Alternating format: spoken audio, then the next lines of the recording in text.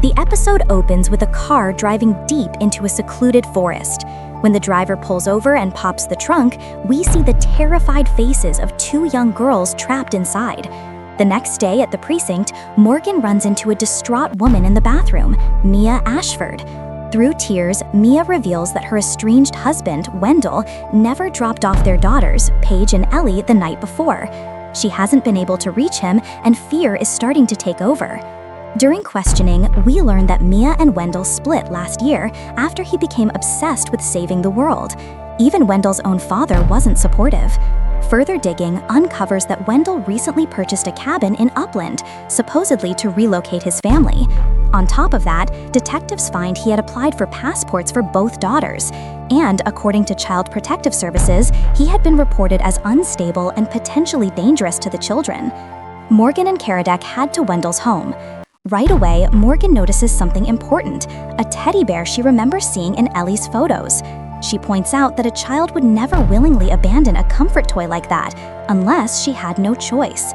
Inside, they find the house unlocked, breakfast left half-eaten on the table as if the family had left in a hurry. Out back, Morgan spots a greenhouse. She immediately notices that Wendell planted cucumbers and tomatoes side by side, plants that should never grow together because they compete for nutrients and have different watering needs.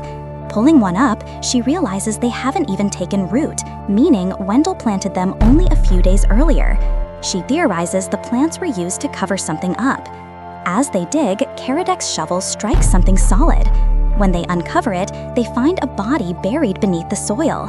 Shockingly, it's none other than Wendell himself.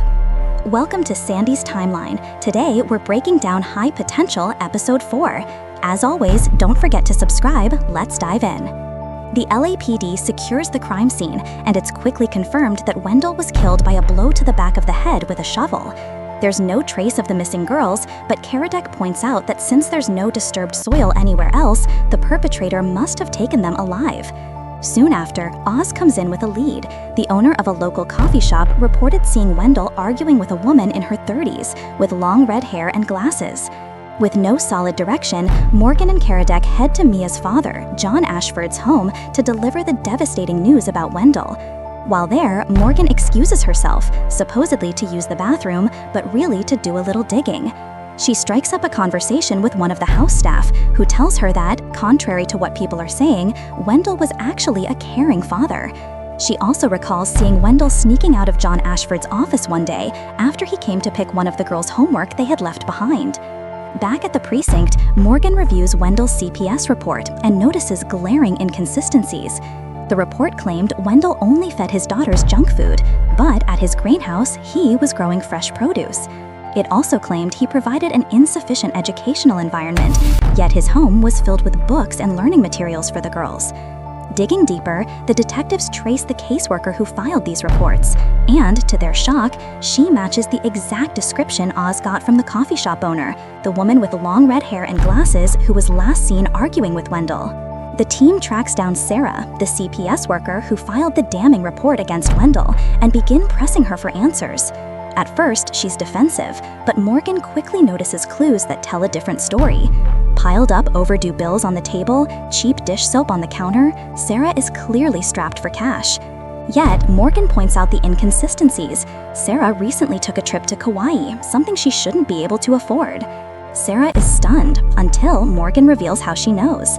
There's a fresh lei in her living room with berries from the Mokihana plant, which only grows in Hawaii.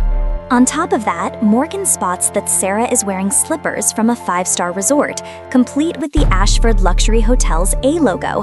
The pieces fall into place. Sarah was paid off by John Ashford, Mia's powerful father, to file a false CPS report against Wendell. Cornered, Sarah finally breaks.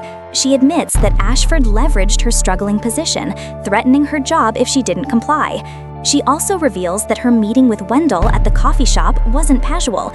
Wendell told her he planned to go public with evidence against Ashford, exposing corruption tied to his hotel empire. Sarah tried to talk him out of it, but Wendell refused.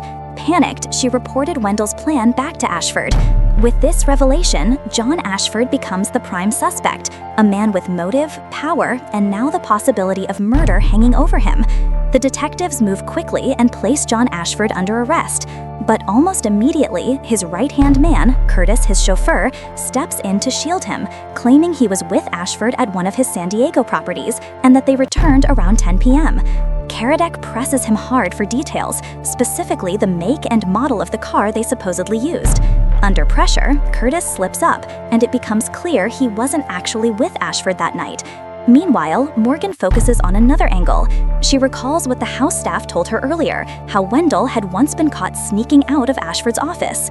Putting the pieces together, she theorizes Wendell had obtained evidence of Ashford bribing judges to greenlight construction of one of his luxury resorts in a protected coastal area, despite the devastating environmental impact it would cause.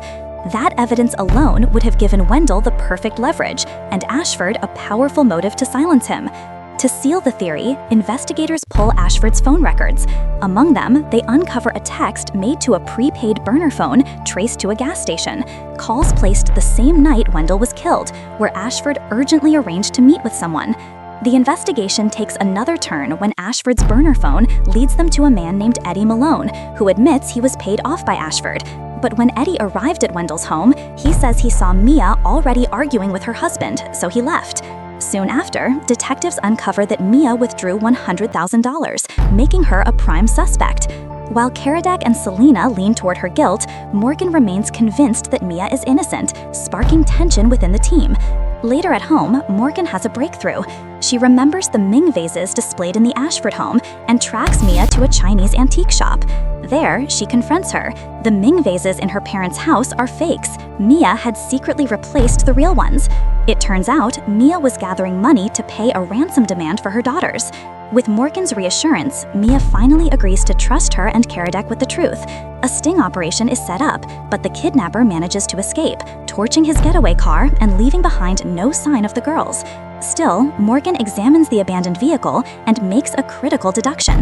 The kidnapper is none other than the Ashford family chauffeur. Obsessed with Mia, he staged the kidnapping in a twisted attempt to play the hero and win her affection. After fleeing with the girls into the woods, the plan unravels. But thanks to the survival knowledge Wendell had passed down through books, Paige and Ellie managed to hold out until Morgan and the LAPD track them down. At last, the girls are safely reunited with their mother. Throughout the case, Morgan battles insomnia, worrying Karadec and Selena. But after the girls are rescued and the case is solved, she finally finds peace and is able to fall asleep at last. That wraps up High Potential Season 1, Episode 4. If you enjoyed this recap, don't forget to subscribe, like, and share, and stay tuned for the next breakdown.